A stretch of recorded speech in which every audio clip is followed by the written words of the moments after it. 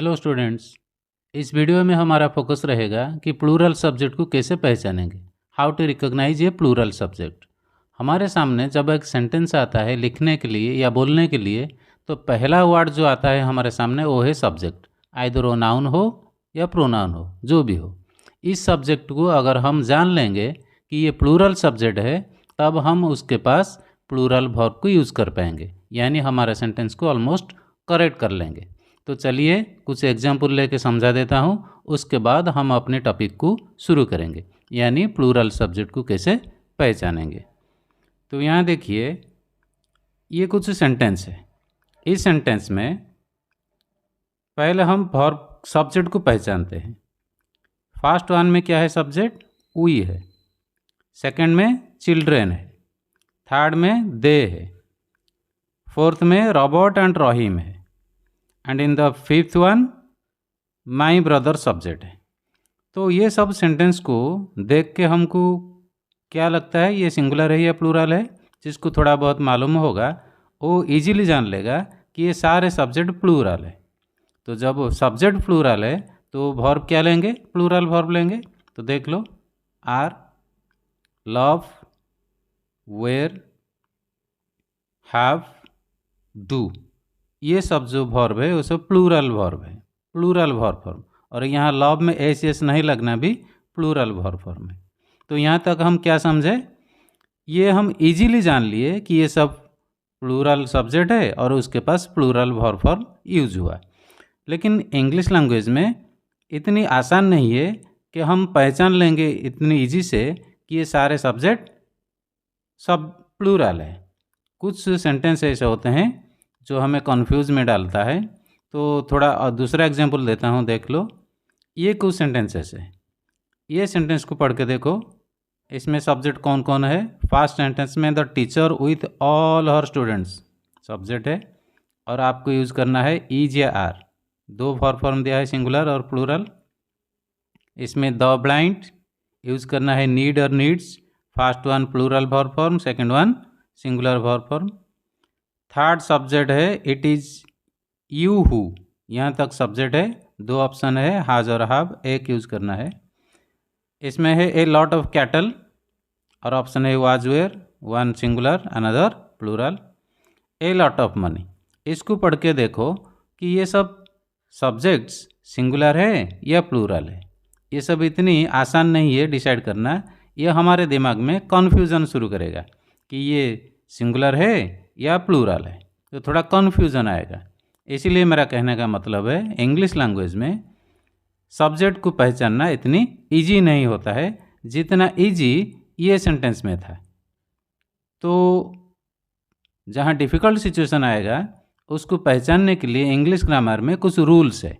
उस रूल्स हमको हेल्प करेगा आइडेंटिफाई करने में, यानी रिकॉग्नाइज करने में कि ये सब्जेक्ट प्लूरल है या नहीं है। अगर हम जान जाएंगे तो उसके पास हम प्लूरल वर्ब फॉर्म यूज़ करेंगे। इसलिए इंग्लिश ग्रामर में एटलीस्ट 6 रूल्स है जो हमें हेल्प करता है डिसाइड करने के लिए, यानी रिकॉग्नाइज करने के लिए, पहचानने के लिए कि ये सब्जेक्ट प्लूरल है या नहीं है। तो ये 6 रूल में से फर्स्ट रूल शुरू करते हैं। फर्स्ट रूल क्या बोलता है, देखो। If the subject of sentence is a collective noun and it is considered as individual members, it is plural. तो यहाँ याद दिला देता हूँ, इस वीडियो को अगर ठीक से समझना है तो इससे पहले वाला जो वीडियो था कि कैसे हम सिंगुलर सब्जेक्ट को पहचानेंगे, उस वीडियो को थोड़ा पहले देख लो, फिर इस वीडियो के ऊपर आओ, तो ये आसान हो जाएगा ये सब रूल समझने के लिए। ये जो रूल 1 है, ये एक दूसरा रूल जो लास्ट वीडियो का एक रूल का ही ऑपोजिट है। इसमें मैक्सिमम रूल जो होते हैं ये ऑपोजिट होते हैं। सिंगुलर सब्जेक्ट में जो रूल दिया गया था उसका ऑपोजिट होता है। तो ये एक ऑपोजिट रूल है। क्या बोल रहा है, देखो।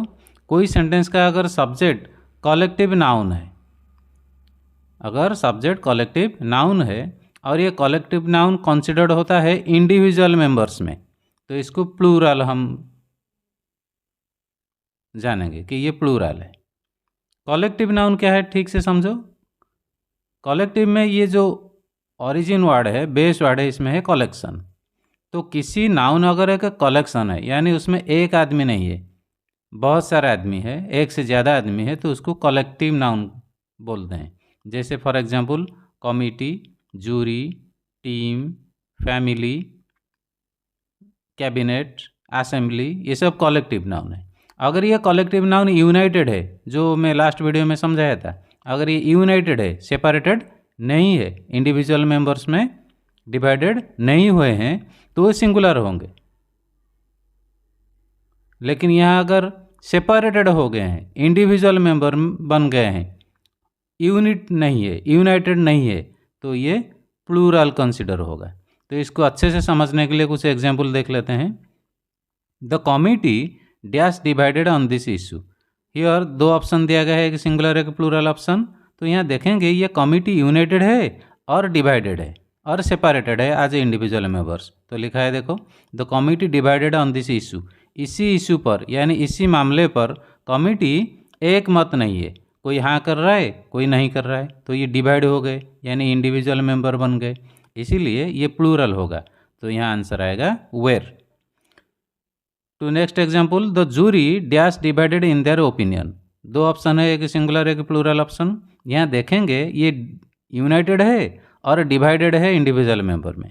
तो jury divided in their opinion, jury समझते हो ए ग्रुप ऑफ जजेस, ग्रुप ऑफ जजेस डिवाइडेड है, कोई हाँ कर रहा है इस ओपिनियन के ऊपर राजी हो रहा है, कोई नहीं कर रहा है, तो ये डिवाइडेड हो गए, इसलिए जूरी क्या होगा यहाँ प्लूरल होगा, सिंगुलर नहीं होगा। तो आंसर आएगा were. Time for next rule, rule 2। Rule 2 क्या बोल रहा है, the subject of sentence is a paired noun. Paired noun मैं समझाया था, जिसको पार्ट्स नाउन कहते हैं, इक्वल पार्ट्स नाउन। एक नाउन जो होता है उसमें दो दो पार्ट होता है। फॉर एग्जांपल सीजर्स, इसमें दो पार्ट है। शूज, दो शू हो मिलके शूज बनता है। ट्राउजर्स जो हमारा पैंट है उसमें दो पार्ट्स होता है, एक लेफ्ट एक राइट लेग के लिए। स्पेक्टेकल्स, उसमें जो ग्लास होता है उसमें दो होता है। गॉगल्स, बाइनाकुलर्स, ये सब पेयर्ड नाउन अगर सब्जेक्ट ऑफ सेंटेंस है इसको कहते हैं plural.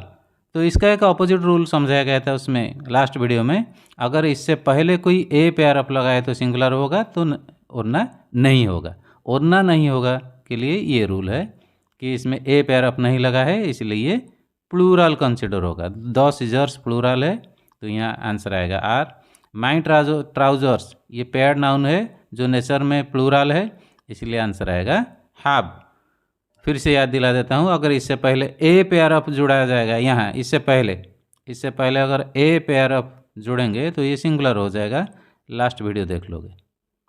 Time for rule 3। The subject of sentence having two post and two the then it is plural. ये एक लास्ट वीडियो का जो रूल है उसका एक अपोजिट रूल है। लास्ट वीडियो में क्या समझाया था, अगर टू पोस्ट दिया गया है और उसके साथ वन दी यूज हुआ है तो वो सिंगुलर हो जाता है। लेकिन यहाँ क्या बोल रहा है, सब्जेक्ट ऑफ सेंटेंस में टू पोस्ट है और टू पोस्ट के लिए टू दी यूज हुआ है, वन दी नहीं टू दी अगर यूज हुआ है तो ये प्लूरल होगा। देख लो यहाँ example, the vice president of India and the chancellor of Delhi university dash been invited to the convocation. तो यहाँ देखो टू पोस्ट है, वाइस प्रेसिडेंट ऑफ इंडिया और एक पोस्ट है चांसलर ऑफ दिल्ली यूनिवर्सिटी। यहाँ एक दी लगा है, यहाँ भी एक दी लगा है, तो टू पोस्ट के लिए टू दी यूज हुआ है, इसलिए ये प्लूरल कंसिडर होगा ये सब्जेक्ट, इसलिए आंसर होगा have. Next example, the governor and the chief minister dash been invited to the annual function. यहाँ दो पोस्ट है, एक है गवर्नर एक है चीफ मिनिस्टर, दो पोस्ट के लिए दो दी यूज हुआ है, तो ये प्लूरल कंसिडर होंगे, इसलिए आंसर आएगा हैव। तो यहाँ तुम पूछ सकते हो वहाँ एक दी लगता था, यहाँ दो दी क्यों लगा है, क्योंकि ये जो दो पोस्ट है ये इसमें दो आदमी है, जो गवर्नर है वो चीफ मिनिस्टर नहीं है, जो वाइस प्रेसिडेंट ऑफ इंडिया है वो चांसलर ऑफ यूनिवर्सिटी नहीं होता है, इसीलिए दो आदमी इसमें है, इसलिए दो दी यूज होता है और ये प्लूरल हो जाएगा। Next rule, rule 4। The subject of sentence having two nouns joined by and regarded as two notions. तो ये भी लास्ट वीडियो का कोई अगर ठीक से देखा है तो ये एक रूल का ही अपोजिट रूल है। उसमें क्या बताया गया था, अगर दो नाउन जॉइंड है एंड से और वो वन नोशन यानी सिंगल नोशन को समझा रहे हैं तो ये सिंगुलर होता है, लेकिन यहाँ अगर टू नोशन को समझा रहे हैं, दो धारणा दे रहे हैं, तो ये हो जाएगा प्लूरल। देखते हैं example. Ganesh and his friend dash football players. Ganesh है, उसका फ्रेंड है। ये गणेश और फ्रेंड मिलके तो एक आदमी एक नोशन नहीं बन सकते, ये हमेशा टू नोशन ही होंगे, तो इसलिए प्लूरल होंगे। 3 गर्ल्स एंड 2 बॉयज़, ये 3 गर्ल्स है, 2 बॉयज़ है। कभी 3 गर्ल्स और 2 बॉय मिलके क्या एक ऑब्जेक्ट हो सकते हैं क्या? सिंगल नोशन नहीं बन सकते हैं, ये डिफरेंट नोशन है, यानी 2 नोशंस है, इसलिए ये प्लूरल कंसिडर होंगे और ये आंसर हो जाएगा हाफ। अगर ये सिंगल नोशन होते तो ये सिंगुलर होते। सिंगल नोशन समझने के लिए मेरा लास्ट वीडियो देख लेना। Next rule 5, an adjective is the subject of a sentence and it is used as a noun representing its whole class, then it is plural। इसका मतलब क्या है? किसी सेंटेंस का सब्जेक्ट अगर एक एडजेक्टिव है और वो एडजेक्टिव एक नाउन हो के यूज हुआ है और वो अपना होल क्लास को रिप्रेजेंट कर रहा है तो वो प्लूरल होगा। अगर होल क्लास को रिप्रेजेंट कर रहा है तो प्लूरल होगा। अगर होल क्लास को रिप्रेजेंट नहीं कर रहा है, एक सिंगल मेंबर को रिप्रेजेंट कर रहा है, तो प्लूरल नहीं होगा, वो सिंगुलर हो जाएगा। यहाँ थोड़ा एग्जांपल देख लो, अच्छे से समझ जाओगे। The blind dash escorts to cross a road. अंधे जो होते हैं वो रोड क्रॉस करने के लिए उनको एस्कॉट्स मदद की ज़रूरत होता है। क्या एक अंधा के लिए ज़रूरत होता है रोड पार करना? सब अंधों के लिए। तो ये सब अंधों के लिए यूज हुआ है द ब्लाइंड। जो ये जो एक एडजेक्टिव है ब्लाइंड, ये सब अंधों को समझा रहा है। इसका होल क्लास, उसका पूरा क्लास को यानी ग्रुप को समझा रहा है, इसलिए ये हो जाएगा प्लूरल। इसलिए नीड लगेगा, वर्ब 1 में एस नहीं लगना, ये प्लूरल फॉर्म है और ये सिंगुलर फॉर्म है। दूसरा example, the rich dash A lot of responsibility towards the poor. यहाँ जो धनी आदमी की बात हो रहा है, ये एक एडजेक्टिव है रिच, ये एक नाउन हो के यूज हुआ है। ये सारे धनी को समझा रहा है या एक धनी को? मीनिंग देख लो सेंटेंस पढ़ के। The rich dash A lot of responsibility towards the poor. धनी लोगों का गरीब लोगों के प्रति बहुत सारे रेस्पॉन्सिबिलिटी होता है। तो यहाँ क्या एक धनी के आदमी के बारे में बात कर रहा है रिच मैन के लिए? नहीं, ये सारे रिच मैन के लिए बात हो रहा है। तो क्लियर हुआ? तो कभी कभी दी ब्लाइंड भी सिंगुलर हो सकता है, दी रिच भी सिंगुलर हो सकता है। वो सेंटेंस बताएगा कि ये होल क्लास को रिप्रेजेंट कर रहा है या सिंगल मेंबर को रिप्रेजेंट कर रहा है, तो वो सेंटेंस पढ़ के समझना होगा उसको। क्लियर? अब टाइम लास्ट रूल के लिए। लास्ट रूल क्या बता रहा है? The subject of sentence is a group noun then it is plural. थोड़ा ग्रुप नाउन का एग्जाम्पल देख लेते हैं। एक है पुलिस, पीपुल, पोल्ट्री, कैटल, इस तरह कुछ ग्रुप नाउन है जो नेचुरली वो प्लूरल होते हैं, उसमें एस नहीं लगता है, फिर भी वो प्लूरल है। तो ऐसे अगर नाउन है, क्या है वो? सेंटेंस का सब्जेक्ट बन बैठा है, तो वो क्या कंसिडर होंगे? प्लूरल सब्जेक्ट कंसिडर होंगे। तो थोड़ा एग्जाम्पल देख लो। The cattle dash grazing in the field. तो ये एक ग्रुप नाउन है कैटल में एक बैल गाय तो नहीं होता है, बहुत सारे होते हैं, ये प्लूरल होंगे, तो इसलिए ये होगा आर। द पोल्ट्री समझते हो, हैन फार्म, तो इसमें एक हैन की बात नहीं हो रहा है, सारे हैन, क्योंकि ये ग्रुप नाउन है इसलिए प्लूरल कंसिडर होंगे और यहाँ यूज होगा हैव। तो यहाँ तक रूल 6 यानी लास्ट रूल कंप्लीट हो गया। ये जो 6 रूल है ये हमें हेल्प करता है रिकॉग्नाइज करने के लिए कि इंग्लिश लैंग्वेज में हमारा जो सेंटेंस में जो सब्जेक्ट है यानी सब्जेक्ट ऑफ सेंटेंस, ये प्लूरल है या नहीं है। इसी 6 ग्राउंड के ऊपर हम डिसाइड कर पाएंगे। इसको ठीक से याद रखना होगा, ज़्यादा रूल नहीं है, 6 रूल है जो हमें मदद करेगा आइडेंटिफाई करने के लिए, रिकॉग्नाइज करने के लिए कि हमारे सामने जो सेंटेंस आ रहा है, हमारे दिमाग में आ रहा है या हमारा पेन के मदद से पेपर के ऊपर आ रहा है, वो सिंगुलर है या प्लूरल है। अगर हम जान जाएंगे ये प्लूरल है तो उसके पास प्लूरल वर्ब फॉर्म यूज़ करेंगे। प्लूरल वर्ब फॉर्म क्या होता है, इससे पहले वाले वीडियो में मैं बताया हूँ। Okay, thank you.